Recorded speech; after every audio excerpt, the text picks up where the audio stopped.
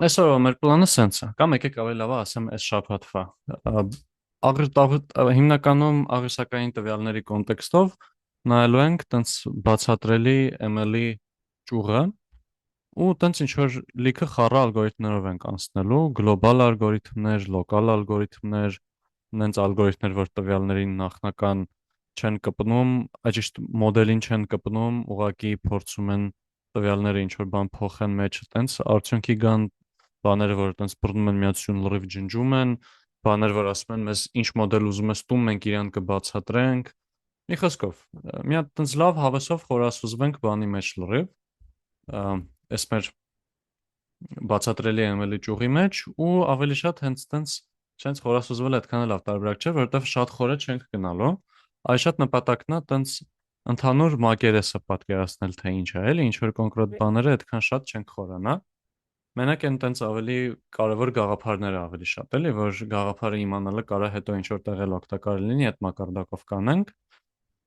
Ու բան, հետո նաև տնային կունենանք, որը որ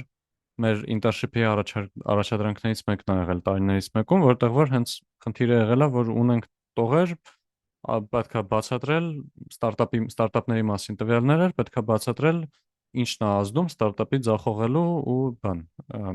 ձախողելու ու հաջողելու վրա։ Այսքան ստենց մաքուր բացատրելի ML-ի խնդիր։ 3 հատ լեկցիայի կտոր կա։ Առաջինում ուղակի տենց քիչից շատից սահմանում տալու մակարդակով ու եղած բացատրելի մոդելների մասին խոսալով, ծառեր, գծային ռեգրեսիա բան։ Երկրորդում ավելի շատ բանով, գործիքներ, թե ոնց նայելը SU-ն ինչքան բացատրելի է եւ այլն։ Ու երրորդում էլ բան, նայել տեսնել թե կոնկրետ ինչ ալգորիթմներ կա, որ իրանց ինչ մոդել տաս, իրանք այդ մոդելը կբացատրեն։ Ու հա, տեսնենք այսօր քանիսը կանենք, կարող է օրինակ 1-2-ը այսօր, հետո 3 ու գործնականը հաջորդ շաբաթ։ Ընդհանուր որպես տերմին մոդելներին առանձնացնում են երկու բանով, ասում են black box, որտեղ այսպես ուղղակի սև տուփա մեջը բան չի երևում, տվյալը տվեցինք, պատասխանը ստացանք։ Սա հիմա օրինակ բան, GPT եւ այլն լեզվական մոդելները հիմա մեծամասամբ բան են, black box են։ Կա տենց mechanistic interpretability ճյուղը, որ փորձում է իրենց մի ձև բացի հասկանա ու ուտեղ շատ կայֆ բաներ են տեղի ունենում երբեմն։ Մի քիչ հավեսի գցելու համար, օրինակի համար մի հատ փոքր տրանսֆորմեր էին սարքել։ Տրանսֆորմերը այդ LLM-ների են հիմնական արխիտեկտուրան, ասենց ասած, որ աշխատում էր բանը գուշակելու վրա A գումարած B-ի մնացորդը 5-ի բաժանելուց, այսինքն օրինակ ունենք, այսինքն մեր բառարանը այդ 0, 1, 2, 3, 4-ն է, ու ասում ենք օրինակ 2 գումարած 2-ը 4 է, 3 գումարած 4-ը պետքա 7 տար, 7-ը 5-ի բաժանելուց տալիս է 2 մնացորդ 2-ը։ Այսինքն այդ բանն էր, որ ստացի 3, 4, գուշակի 2, ու այդտեղ խայտառակ հետաքրքիր արդյունքներ էր տեղի ունենում։ Իրականում չֆայմեցի, մի քանի հատ սլայդ ունեմ սրա հետ կապված վիդեոից ցրած։ Եկեք բացեմ, դրա վրա ցույց տամ, որ մի քիչ հավասի գցեմ, էլի, այս ճյուղի հետ կապված դες։ Չնայած աղյուսակայինի համար չի լինելու իհարկե, բայց ոչինչ։ Այս Welch Labs-ի վիդեոյի հիմքով է բան արած, բայց մի խոսքով, պետք էր սենց այս երկու բաների գումարից մնացորդը բան անել, մի մասը վերցրել էին սենց training set, մի մասը testing set, ու այսպես ահավոր հետաքրքիր արդյունք էին տեսել, որ սկզբում մոդելը միանգամից իր accuracy-ն թռնում է 100%, իսկ թեստի վրա 0-ի կարգի է լինում, ինչը ինչ ենք անվանում, ասում ենք խայտառակագույն overfitting-ը մի այլ կարգի, stop ենք տալիս, կամ ընդհանրապես օպտիմիզատորի մեջ early stopping-ը դրած, միանգամից ինքը stop է լինում ու վերջ ասում ենք դե մյուս անգամ ճիշտ կդնենք ինչ որ պարամետրեր, բայց հենց էր ստացվել, որ սա իրականում սկզբից GPT-ի հենց OpenAI-ից էր եկել, որ OpenAI-ում բանը մեկը մոռացել էր stop տա բանը ու թողել էր run լինի։ Ու տենց ասենք մի 100 իտերացիա հետո խայտառակ overfit-ը եղավ, test-ի accuracy-ն 0 էր, այսինքն ընդհանրապես չէր ընդհանրացվում մոտեցումը։ Հետո տենց մի 2-3 հազար իտերացիա անկամ, հենց այս գրաֆիկը չէր, բայց մի խոսքով։ Ինչ որ պայ սկսեց այս testing error-ը բարձրանալ։ Բարձրացավ, եկավ հասավ 100%։ Այս ֆենոմենին անվանում են grokking, սրա մասին հետո ինձ թվում ավելի մանրամասն կխոսանք, բայց մի խոսքով։ Հետո մի տարի հետո բռնեցին մի հատ ուրիշ թիմ, փորձեց վերարտադրի էքսպերիմենտը ու բացատրի օգտագործելով մի խոսքով այս կտորը նեյրոնային ցանց է, այս կտորը հետո կանցնենք թե ինչ է, բայց այդ A գումարած B-ն հաշվելու բանաձևի համար արդյունքում ինչ էին գտել, որ մոդելը ինքը գումարման գործողություն չգիտի, չէ, որպես այդպեսին, ուղղակի ոնց որ երկու հատ բառ է ստանում, պետքա երրորդ բառը գուշակի։ Բռնել տեսել են, որ տարբեր sense նեյրոնը կարակ որպես պարամետր հաշվեք, էլի ուղղակի տարբեր հաճախության սինուսներ ու կոսինուսներ են հաշվում, հետո մի հատ ուրիշ տեղ իրանք կոմբինացվում էին Ֆուրիեի անալիզ էին անում, որ սինուս կոսինուսները ստանան, տեսնում էին, որ բան են անում, ինչ որ կա կտոր, որ հաշվում է կոսինուսների արտադրյալ, կա կտոր, որ հաշվում է սինուսների արտադրյալ, ու ինչ որ մի հատ տեղ իրանց գումարն էր մոդելավորվում, ու այսինքն ինչ որ շերտերով գնում էր էլի տարբեր։ Ու արդյունքում այստեղ ինչ որ մի հատ բանի վերջում ստացվում էր կոսինուս k անգամ x անգամ կոսինուս k անգամ y բան, ու ասենց ինչ որ եզրագծեր էր այստեղ գալիս։ Բռնել հասկացել էին, որ ի վերջո ոնց որ մոդելը այդ սաղ քայլերը ու իրականում այս անկյունների հետ կապված էլ, եթե ժամացույցի մասին մտածենք, ժամացույցը ինչ որ չափով բանա չէ անում, հենց մնացորդով գումարում եմ, այսինքն 11 գումարած 2-ը ստացվում է 1։ Այստեղ ինչ որ քանի անկյուն պատտվեց բանման, կարա ինչ որ չափով կապ ունենա, բայց այդ մոդելը բռնել էր ու բաներ դուրս բերել։ Այսինքն մի հատ մեր դպրոցից անցած երանգյունաչափական բանաձև էր դուրս բերել, հեսա գտնեմ որ մեկն էր, հենց հստակ թե որ մեկներ չեմ բանանում, բայց այս կարգի մի հատ ինչ որ բանաձև էր գտե, որ կարելի է կոսինուսները բռնել մոտարկել, բազմապատկել, սինուսները իրար հետ բազմապատկել ու այստեղ որ ստանանք լինելու է դա x գումարած y-ի մի հատ բան, ու այդ անկյունագծի վրա x գումարած y ենք տեսնելու։ Այս մի քիչ չափից շատ խառախշտիկ երևի ասացի, բայց որ պատկերացնեք թե ինչ աշճանի գժական բան է այստեղ տեղի ունենում, մենք մոդելին ասում ենք A գումարած B-ի մնացորդ սովորի։ Ինքը սովորում է ոնց տարբեր հաճախությամբ կոսինուս սինուսներ մոտարկի, հետո սովորում է ոնց իրանց միավորի իրար, ու այնտեղ մենք որ Ֆուրիե ենք անում, նոր ենք տեսնում ոնց է միավորում։ Հետո սովորում է ոնց կոսինուսների ու սինուսների արտադրյալ իրար միավորի, հետո այդ դրանք իրարից հանում գումարում է, որ ստանա մի հատ բան, որի անկյունագծի էլեմենտը դա x գումարած y-ն է։ Ու սա mechanistic interpretability-ի արած գործերն է, իրանք բռնում են ու փորձում են դուրս բերեն, ոնց որ անգլերենով ասած reverse engineer անեն, թե ոնց են, ասենք լեզվական մոդելները աշխատում։ Մենք հիմա դրա շատ ավելի քիչ հավես բաներն ենք անելու ու ախիսակային տվյալների, ոչ թե լեզվական մոդելների, բայց հա շատ ոգևորիչ հավես բաներ է այստեղ ու սրա նման մի հատ էլ փոքր հետազոտություն բանի վերաբերել էր, թե Claude-ն ծնպուճուր հայկու մոդելը ոնց է որոշում, թե երբ անցնի նոր տողի, որտեղ ինքը իրականում տեքստեր չի տեսնում, որ իմանա քանի տող է անցել կամ ամենաերկարը որտեղ է, որ իմանա գնա նոր տողի, ու տեղել գտել էին, որ մի հատ ինչ որ վեցաչափ տարածությունում manifold-ի հիմքով ինչ որ բանաձև ունի իր համար մտածած, ես էլ այն նքան չեմ ժողովում, որ կարողանամ հիմա բացատրեմ, բայց ուզում ասեմ,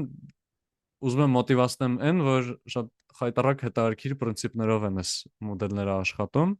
ու այդ մոդելներին փորձել բացատրելը ինքը տենց արվեստի կարգի հետաքրքիր ճյուղ է դառնում։ Իհարկե, աղյուսակայինի համար հեսա որ անցնենք այդքան էլ հավես չի, բայց ընդհանուր ոլորտը շատ հավես է։ Բայց լավ, այս որպես մոտիվացիոն կտոր էլի, ես չեմ ակնկալում, որ ստեղ պետք է ամեն ինչ հասկանայիք, ոչ էլ ես եմ ստեղ ոնց է դեռ ամեն ինչ հասկանում։ Հետո իրանց գուցե անդրադարձ անենք, որովհետև շատ է դուրս գալիս այս թեման։ Հետո ասես, երբ որ տրանսֆորմերներ եւ այլն լեզվական մոդելներ այդ ամեն ինչը սովորենք, էլի։ Դե ուրեմն անցնենք բան։ Անցնենք մեր ձանձրալի կտորներին։ Սա սկսեց նրանից, որ ասացի կա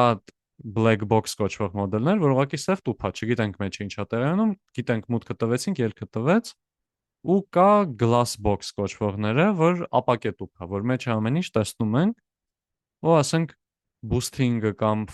random forest-ը իրենք իրականում black box են, որովհետև այսա մի քիչ շատ կխոսենք, բայց որովհետև իրականում այդքան շատ ծառեր բանման արդեն էլի բացատրելի չի դառնում որպես այդպեսին։ Կարանք բացատրությունը ստանանք, բայց շատ դժվար է լինում, էլի։ Ու կա որ ասենք գծային ռեգրեսիան շատ հեշտ է, մի հատիկ ծառը շատ հեշտ է, կամ ընդհանրապես օրենքները, որ եթե սենց արա նենց, այդ вообще հեշտ է։ Ու ընդհանրապես ոնց որ կամ լինում է որ ի սկզբանե ալգորիթմը բացատրելի է, կամ լինում է որ ինչ որ գործիքներ են իրեն կիրառում, որ բացատրելի դարձնենք։ Հիմա այդ երկուսով էլ կանցնենք այսօր։ Հա, սկզբում ոնց որ կխոսենք, թե ոնց կարանք կարդանք գծային մոդելը, հետո ոնց կարանք կարդանք ծառը, հետո մի հատ արագ կանցնենք rule fit կոչվող մոդելի մասին, որը որ օրենքներով է մեզ բացատրում հենց թե ոնց է ինչ կա չկա մեր տվյալներում, ու մեծամասամբ դա է ստեղի կտորը։ Ինչ որ բաներ ստեղից արդեն իմացած կլինենք նախորդ լեկցիաներից, բայց ամեն դեպքում որպես աշխատանքային օրինակ կօգտվենք այս բացատրվող ML-ի ոլորտում ահավոր ստանդարտ հեծոների դատասեթից, ոնց որ են մեր մոտի Mimon, ինչ որ app-ով հեծո ես վերցնում բան ես անում ու Washington-ում մոտ 2 տարվա տվյալներ են, ամսաթիվ, ինչ սեզոններ, ձմեռ, ամառ եւ այլն, որ տարիներ, ամիս, այդ տոն օրեր թե չէ, ու բան, օրինակ ջերմաստիճան ու ըստ զգացականի ջերմաստիճան, այտենց բան որ ունենք, չէ, բաներում ռեպորտ են անում, խոնավություն, քամու արագություն ու վերջում թե քանի հետրով վարձատրվել այդ օրը, այտենց տվյալները շատ սյուները բավականին հարմար են, բավականին ինտուիտիվ է, դրա համար տենց ընդունված է իրան օգտագործել էլի, սենց օրինակներում։ Ու առաջի բանը այդ մեր գծային մոդել կարդալն է, այսինքն ունենք թետա 0 գումարած թետա 1x1, թետա 2x2 եւ այն կամ կարանք են մեր 1-ով սյան տրյուկը անենք, ուղակի որ գրենք բան, այս թետա 0-ն էլ մտցնենք այս գումարի մեջ, բայց այդտեղ թետա j-ի նշանը ցույց է տալիս, թե արդյոք դա դրական է ազդում, թե բացասական։ Այսինքն, եթե ջերմաստիճանը շատանա, կբարձրանա, ավելի շատ հեծո կվարձնա տորը, թե ավելի քիչ։ Այդ գուցե միանգամից ձեր մտքով անցնի, որ պետքա որ կախված լինի, թե քանիսը հիմա ջերմաստիճանը, որովհետև երբ որ շատ ցուրտ է, այդքան շատ չեն վարձ չեն վերցնի, երբ որ լավ եղանակա կվերցնեն, հետո երբ որ շատ շոգ լինի, տնից դժվար դուրս գան, այսինքն ինչ որ պատկեր է, այսինքն գծային չի լինելու էֆեկտը, բայց ամեն դեպքում, եթե գծային մոդելով իրան փորձում ենք մոտարկենք, նշանը ամեն դեպքում մեզ ասում է դրական թե բացասական ազդեցություն է ու հենց կոնկրետ գործակիցը, այսինքն իր բացարձակ արժեքը մեզ ցույց է տալիս, թե ինչքան շատ է ինքը ազդում, այսինքն ջերմաստիճանը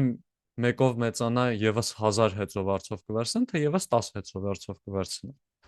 Այստեղ շատ կարևոր է, որ պետքա բան լինի մեր մոտ։ Սկզբում ստանդարտացնենք ֆիչերները։ Թե չէ, ոնց նշել ենք, ասենք 0-ից 1 մի բան փոխվի, թե 1000-ից միլիոն, իր գործակիցները համապատասխանաբար շատ փոքր ու շատ մեծ են լինելու, հակառակը շատ մեծ ու շատ փոքր են լինելու։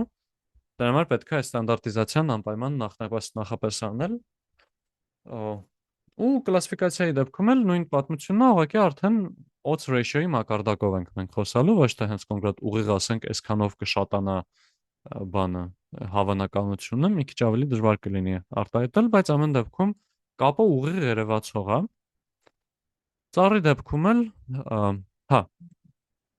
ուստեղ մի հատ կարևոր նշում, որ մենք բան ենք անում։ Այս ամեն ինչը որ նայում ենք, մենք նայում ենք main effect կոչված բանը։ Main effect-ը դա այնա, թե feature-ը ինքն իրանով ոնց է ազդում։ Այսինքն ուղղակի այստեղ ունեմ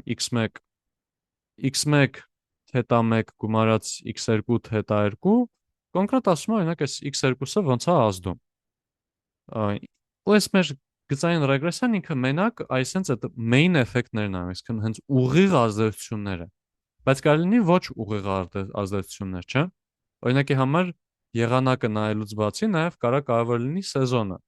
կամ կարևոր լինի խոնավությունը, ասենք շատ շոգ ու շատ խոնավը կարող է խնդրեմ, բայց խոնավությունը եթե ցածր լինի, խնդրեմ չի։ Այսինքն ինչ որ չափով նաև ազդեցություններ են լինում որպես փոխազդեցություններ, այսինքն x1 ու x2-ի իրար հետ միասին։ Այդ դրանց էլ անվանում են փոխազդեցություններին interaction-ներ։ Երբ որ միսիան ազդեցությունը կամ մի feature-ի ազդեցությունը կախված է ուրիշ feature-ից։ Ամառը մի ձև է ազդում, ձմեռը մի ձև է ազդում։ Հա, ուստեղ եթե մենք ուզում ենք գծային ռեգրեսիայով այդ interaction-ները մոդելավորենք, պետք է իրենց ուղիղ բռնենք դնենք։ Իսկն պետք է մի հատ թազա սյուն ավելացնենք, որը կլինի երկու հատ ուրիշ սյուների արտադրել։ Այսինքն մի հատ ինչ-որ պատմություն պետք է ձեռով հենց բռնենք սարքենք։ Ուհա, ու նաև այս գծայինի վատով այնա, որ ինքը տենց զուտ հասարակ գծային էֆեկտներ է մոդելավորում ու վերջ, ու ինքը նաև տանջվում է կորելացված տվյալներից, կարևորությունների մակարդակով եթե խոսենք։ Կորելացված տվյալները միշտ խոսել ենք, որ վատ բան են, բայց օրինակ ոնց կազդեն իրանք կարևորություն հաշվելու մեջ, եթե օրինակ ունենք մի հատ բան մի հատ բանի գինը դոլարով, մի հատ բանի գինը եվրոյով, երկուսն է պահածը։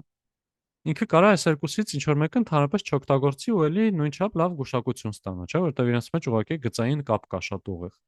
Կամ կարող օրինակ կես-կես անի, ասենք 0.5 դոլար գումարած 0.6 եվրո, օրինակ այսպես ինչ որ բանաձևով անի։ Այսինքն ստեղ ինքը կլինի 0.5 ու ասենք կլինի 1 ու 0 թե 0.5 ու 0.6 թե 0 ու 1.5 եւ այլն, որպես այդպեսին յաբախտի է դառնում։ Այստեղ օրինակա դրած երբ որ բան մեր մոտ է ջերմաստիճան ու թե ոնց է զգացվում ջերմաստիճանը,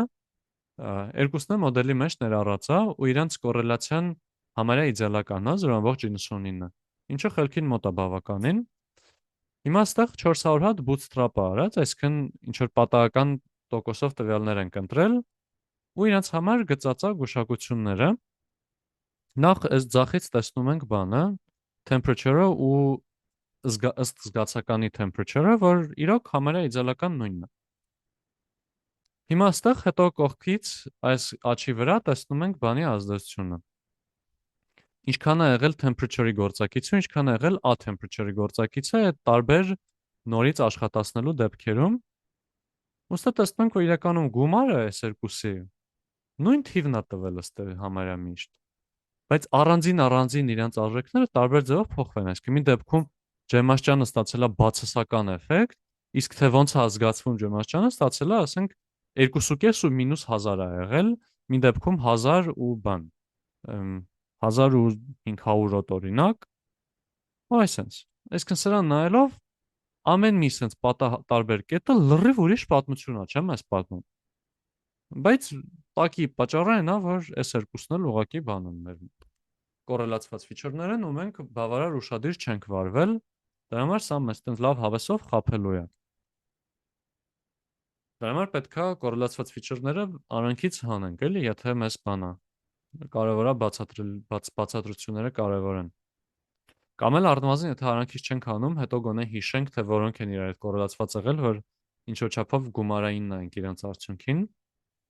բայց օրինակ այսենց temperature ու զգացական temperature-ը այնքան էքստրիմ կոռելացիա է, որ ուղղակի մեկը արժի գցել մի կողմ։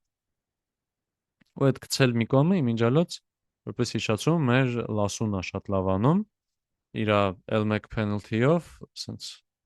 անկյունագծով բերում է, խփում է մի հատ ինչ-որ բանին, առանցքին ու իդեալական 0 է դարձնում մեր բանին, ինչքան մեծացնում ենք ռեգուլարիզացիայի գործակիցը։ Մակջան, այդ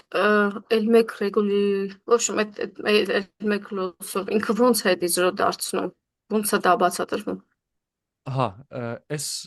արագ բացատրել չեմ կարանա, նաև որտեվ բան հենց լեկցիայի ժամանակ էլ արագ բան չեն կարել, փոխարենը հղում են կարել նախորդ թեմաներին, բայց եթե կարճ իրա բանը մի քանի էֆեկտ եթե ասենք, ու ոնց է կապվում ավելի մաթեմատ բանաձևերին։ L1 բան վերցնելուց ինքը նման են լինում նրան, որ մենք անենք բան, այն հիշում եք, որ ունենք maximum likelihood estimation, որտեղ որ ուղղակի ասում ենք տվյալները նորմալ բաշխումից է գալիս, սխալանքը բանից է գալիս, նորմալ բաշխումից, լավ, սխալանքը չասենք, ասում ենք տվյալները գալիս է նորմալ բաշխումից, փորձում ենք մաքսիմիզացնենք, ու այդ maximum likelihood estimation-ը մենք ասում ենք նույնն է ինչ սովորական մեր բան, միջին քառակուսային շեղում նմազացնում, չէ՞, այդ ML բան, OLS-ը, ordinary least squares-ը։ Հետո երբ որ իրան ավելացնում ենք, ասում ենք, գիտես ինչ, մենք նախընտրում ենք, որ պարամետրերը 0-ի մոտակայքում լինեն, երբ որ մենք այդ նախընտրելը ասում ենք, ուզում եմ, որ ինքը 0-ի շուրջը գաուսյան բաշխումից եկած լինի, այդ դեպքում պարամետրերը գալիս են ավելի 0-ի հետ թվեր են դառնում փոճուր-մուճուր։ Հիմա երբ որ մենք ուզում ենք, որ ինքը լինի ոչ թե, այսինքն երբ որ L2 ենք ավելացնում, դա նույնն է ինչ մեր prior-ը maximum a posteriori անելուց դնենք, որ լինի բանը մեր մոտ, թետա լինի գաուսյան բաշխումը։ Հիմա այս թետա 1-ին, թետա 1-ը գալիս է լապլասյան բաշխումից, որ ունի այս sense տեսք, որ 0-ի մոտ կտրուկ վերև աճ է թռնում, ու այս 0-ի մոտ կոնցենտրացիան բերում է նրան, որ կոեֆիցիենտներն էլ իրոք գան հենց իդեալական 0-ի կպնեն, ոչ թե 0-ից մի քիչ փուճուր թվի կպնեն։ Այս մի բացատրության ձև է, եթե վիճակի բանով ենք ուզում բացատրենք։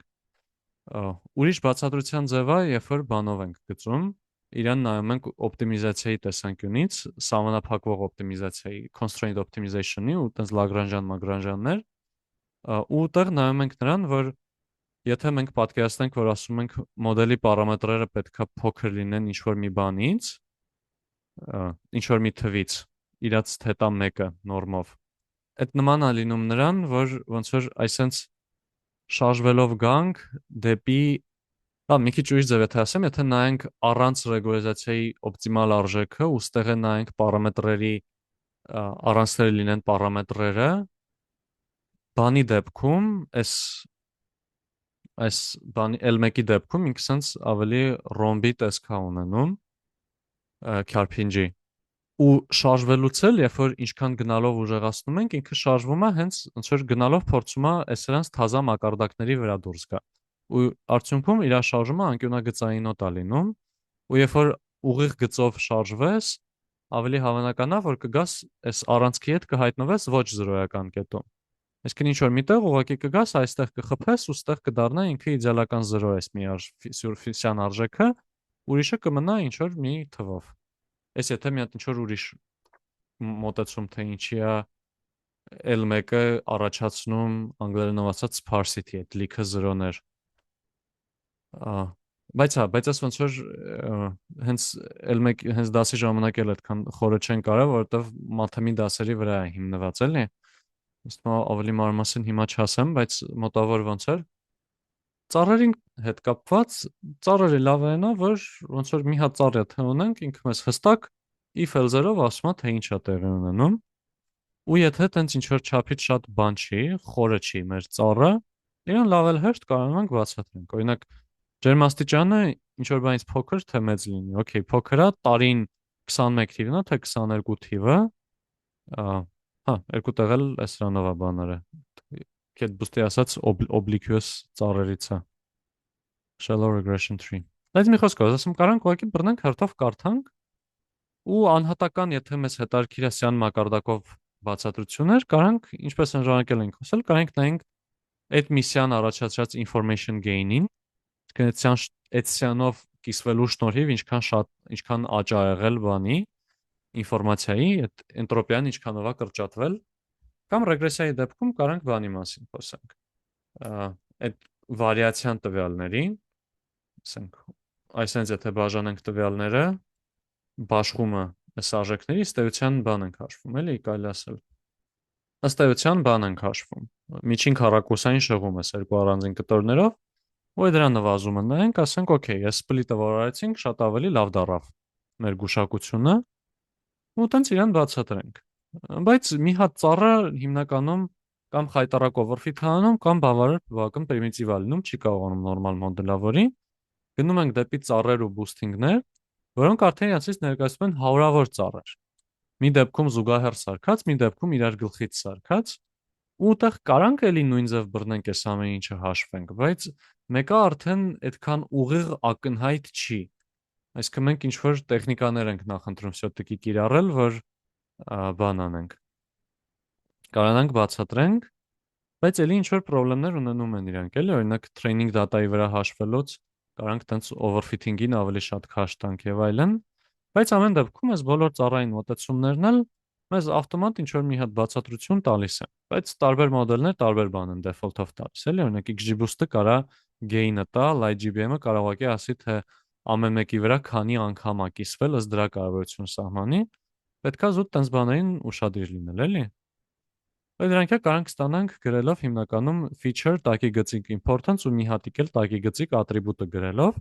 փորձել են բոլորը ստանդարտացնել, էլի, որ պետք չլինի անգիր անել, թե որտեղ ինչ են գրում։ Դե լավ։ Մեկ էլ մի հատ նոր մոդել սովորելով, ոնց որ ամենաբացատրելի իդեալական բանը ինչը կլիներ, որ մեզ ասեին, եթե sense լինի, sense հարա։ Մեզ ուղղակի օրենքներ տային, չէ՞։ Ծառը ըստ էության օրենքներ է, բայց լիքը օրենքներ է։ Հիմա ոնց կարանք ինչ-որ բան սարքենք, որ մեզ հենց ուղիղ միանգամից օրենքներ է տալիս։ Ոնց կարանք ոնց որ fit հանենք հենց ruler, ու դրան 2008 թվին առաջարկել է մոտեցում rule fit կոչվող ալգորիթմը, որի միտքը հետևյալն է։ Ընդհանուր 3 քայլ ունի։ Ասում է սկզբում ծառերի անսամբլ սարքի, որ ինչ ուզում ես արա, այդ ծառերի մեջից օրենքներ դուրս բեր։ Հիմա այս օրենքները որ դուրս բերես, լինելու են լիքը օրենքներ։ Կարանք իհարկե ֆիլտր դնենք, ասենք, եթե այդ օրենքով մենակ մի 4-5 հատ տող է վերաբերվում, իրան գցենք մի կողմ, այսինքն նայենք իր support կոչվածին, քանի տող է իրան վերաբերվում։ Բայց մի խոսքով, ինչ որ տենց լիքը ռուլեր ընտրենք ու իրանց ավելացնենք որպես սյուներ։ Այսինքն ունեի իմ սկզբնական տվյալները, հիմա ավելացնում եմ միացություն, որ ուղղակի ասում է, օրինակ, ջերմաստիճանը մեծ է այսքանից ու տարին մեծ է այսքանից ու բանը փոքր է այսքանից։ Ինքը լինելու է բինար սյուն, չէ՞, 0 կամ 1 է։ Այդտենց լիքը սյուներ ավելացնում ենք ու հետո լասու ենք աշխատացնում իրենց վրա։ Լասուն բռնում է մի մասին 0-ներ է դարձնում, մի մասին չէ, ու արդեն ըստ դրա նայում ենք, թե օքեյ, որ օրենքներն էին կարևոր։ Այսինքն sense բռնում բան ենք անում, այսինքն այստեղ ծառը սարքեցինք ու հիմա սյունը սարքում ենք temperature-ը փոքր հավասար բան 0.43-ից։ Ոստեղ նայում ենք, որ support-ը 40.5%, 59.5%, ահա, այս մեր արժեքներն է լինում։ Սենց երկու սյուն օրինակ վերցեցինք։ Հետո մյուս սյունը կարող լինի տարի ջերմաստիճանը փոքր է 43-ից ու տարին մեծ է 0.5-ից, կամ ճիշտ աչքտորը։ Այսպես միացություն ենք սարքում, այսպես միացություն։ Այսպես լիքը սարքում ենք ու մի մասին ներառում, ու հիմա իրենց ավելացնելու ենք մեր եղած ստանդարտ սյուներին։ Այսինքն ունենք ստեղ սեզոնը, տարիքը եւ այլն, հիմա ավելանալու է օրենք համար 5, օրենք համար 6 եւ այլն, այսպես լիքը օրենքներ։ Ու հիմա բռնում ենք, սարքում ենք Lasso մոդել։ Lasso-ն տարբեր դեպքերում, օրինակ լիքը ժամանակ իր արքառակուսին բավականին բարձր է լինելու, բայց ինքը գնալով ավելի ու ավելի քիչ սյուներ է օգտագործելու։ Օրինակ, ստեղ ինքը մի 10 քանի սյուն գցել է, բայց Lasso-ի արժեքում բան չի երևում։ Հիմա տենց որ բռնենք ինչ որ մի հատ պարամետրով կընտրենք, տակը կունենանք ավելի քիչ սյուն, ու այդ քիչ սյուների մեջ կլինեն կոնկրետ օրենքներ։ Օրինակ, օրենք է եղել, որ սեզոնը մեծ լինի 1.5-ից, սա գուցե բան, այնտեղ կախված է թե ոնց ենք տակից անում, օրինակ 0, 1, 2, 3 տվյալներ կարելի է նայել, էլի, ձմեռը որն է, ամառը որն է եւ այլն, ու տարիքը լինի 0.5-ից մեծ, սա նշանակում է, որ 2011-12-ի էր, թիվը լինի 12 թիվը, ու բան լինի, weather seat։ Մի խոսքով, եղանակի հետ կապված ինչ-որ բանն էլ 2.5-ից փոքր լինի, այդ դա օրինակ բավականին դրական ազդեցություն է տալիս։ Եղանակը ցածր լինելը բացասական ազդեցություն է տալիս։ Այսինքն ինչ-որ չափով արդեն բացատրություններ ենք ստանում օրենքի մակարդակով։ Սա կարող է հենց ինքն իրանով ոնց որ սա խնդիրը չլուծի, բայց ինքը ընդհանուր օգտակար բան կարող լինի։ Օրինակ, ես հիշում եմ պրոյեկտ ա եղել, որ այս rule fit-ը օգտագործել ենք զուտ որպես մոտիվացիա, թե ինչ թազա ֆիչերներ կարանք ավելացնենք մեր արդեն եղած մոդելներին։ Դրա համար ինքը տենց գործիքակազմը ունենալու համար լավ բան է, նես չի հրաշքներ ա գործում, բայց ուղղակի լավ բան է, էլի։ Okay։ Մեկ էլ մի հատ բան, որ նախորդ գործնականին առնչվեցինք դրան, բայց ընդհանուր առմամբ ոնց որ տարբեր մոտեցումներով կարանք տարբեր բաների կարևորությունները նայենք ու կարան իրանք ինչ-որ չափով չհամընկնեն։ Այստեղ տեմպ ու ատեմպ երկուսն են ներառած է իհարկե, դա լավ չի, բայց կարող մեկը հավասար համատություն է իր հետ լինում։ Կարող է ինչ-որ տեղ լինի, որ օրինակ միտեղ տարիքը կարևոր է եղել, տարին եկեք այժմ եղանակ ավելավա։ Եղանակը գծային ռեգրեսիայի համար ոչ տենց շատ կարևոր է եղել, իսկ ծառային մոդելի համար ամենակարևորն է եղել։ Հիմա ոնց խոսացինք նախորդ դասին, դա նշանակում է, որ այստեղ կարող լինի այն, որ իրականում ուղղակի ջերմաստիճանը ոչ գծային է ազդում։ Մենք որ բռնում ենք ու գծային ռեգրեսիա ենք իրան կապում, մենք ենթադրում ենք, որ պետքա գծային կապեր մոդելավորենք, բայց ով ասես, որ կապը պետքա գծային լինի։ Ու ասենք հենց եղանակի համար եթե նայենք, տեսնում ենք, որ կա հենց այն էֆեկտը, որ սկզբում բարձրանում է եղանակները, հետո երբ որ շատ տաք հայնում, սկսում է ավելի քիչ բաների բերել։ Հեծոյի վարձումների բերել։ Ուհա, ու սա կարա ինքնիրանով արդեն օգտակար լինի մեզ։ Այսինքն գրաֆիկները թե ոնց սարքել է, սա կակրաս հաջորդ սլայդս հետն է լինելու մեր այս feature effect plot-երը։ Բայց հա, այսքանը իմի բերելով գծային մոդելները բավականին լավ հրաշալի են, եթե կարողանում են, եթե մոդելում իրոք բարդությունը գծային մակարդակի է։ Գծային մոդելը երբեք չի կարողանա օրինակ տեքստեր մոդելավորի, այնտեղ ուրիշ պատճառներ կա իհարկե, բայց որտեղ ուղղակի գծային չի, այդտեղի աշխարհը գծով չի բացատրվում։ Եթե ինչ-որ բան գծով բացատրում է, շատ ուրախալի է, որովհետև շատ հեշտ ու արագ կարանք իրար հետ գործ անենք։ Կորելացած ֆիչերներին պետքա զգուշ լինենք։ Մի հատ ծառ եթե ունենք ընտիր, բայց ուտեղ կարանք ուշադիր լինենք, թե ինչ կրիտերիաներով է այդ ծառի տարբեր սյուների կարևորությունները ընդգծվում։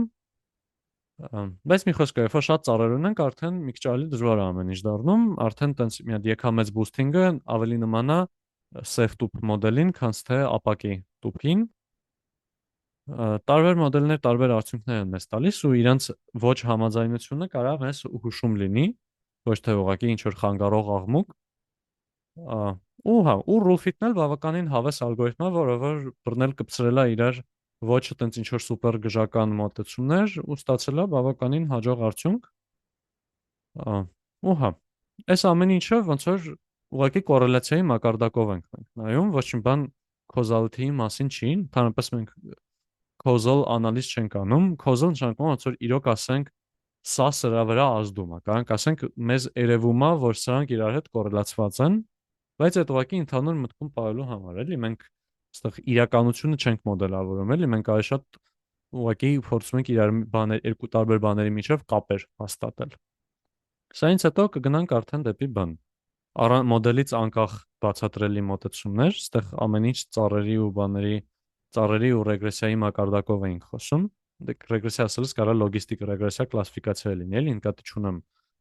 բան իրական թիվ գուշակել։ Այսինքն մեր հիմնական նպատակը այստեղ հասկանալ այդ black box, glass box դրանք ու մեկ էլ մի քանի մոդելներ։ Ավելի շատ ոնց որ բան, մի քիչ թեմայի մեջ ընկնել, որ մեզ այդքան ոչ թե խոսում ենք բանից, accuracy, precision recall բանային, այլ արդեն խոսում ենք ոնց բացատրել, թե սա սրա վրա ոնց էր ազդում կամ SU-ն ինչքան կարևոր էր, ոնց որ շատ մտնենք այդ բանի մեջ, էլի, այդ մտածելաձևի մեջ ու ընդգծենք մի քանի ոնց որ վերհիշենք մի քանի բան ստանդարտ մոդելների մասին։ Ու մի հատիկ էլ նոր մոդել սովորենք, էլի, ավելի շատ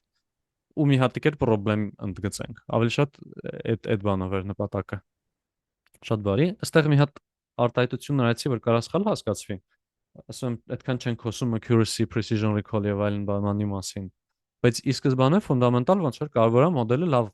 աշխատի, որ մի հատ է մեզ հետաքրքրի տեսնենք ինքը ոնց է աշխատում։ Այսինքն եթե մի հատ ինչ որ մոդել ունենք, որ իր արքառակուսին -100 է, մեզ 1000 տարի պետք է փորձել հասկանալ, թե ինչ սկզբունքով է ինքը -100 լինում։ Այսինքն կարող է պետքա որ ինչ որ բաներ դզենք, բայց ամեն դեպքում օրինակ այդ հասկանալ ստարտափը կհաջողի թե չէ, օգտվելով մի հատ ինչ որ անկապ վատ մոդելից, այդ նույնը կլինի, որ ինչ որ ստարտափներից ոչ բան չհասկացող պատահական մարդու բռնենք, իրենից կարծիք հարցնենք, էլի։ Ի սկզբանե ոնց որ եթե ուզում ենք բացատրել մոդելի աշխատանքը, ենթադրվում է այդ մոդելը բանի պետք է։ Իսկ մեկը sense tenance մոդելը որ սարքեցինք, սկզբում պետքա ստանդարտ evaluation-ի մեջով իրան հասկացնենք, որ հասկանանք արժանի է ընդհանրապես փորձենք իր այդ safe tube-ը բացենք, փորձել բացատրել, թե չէ։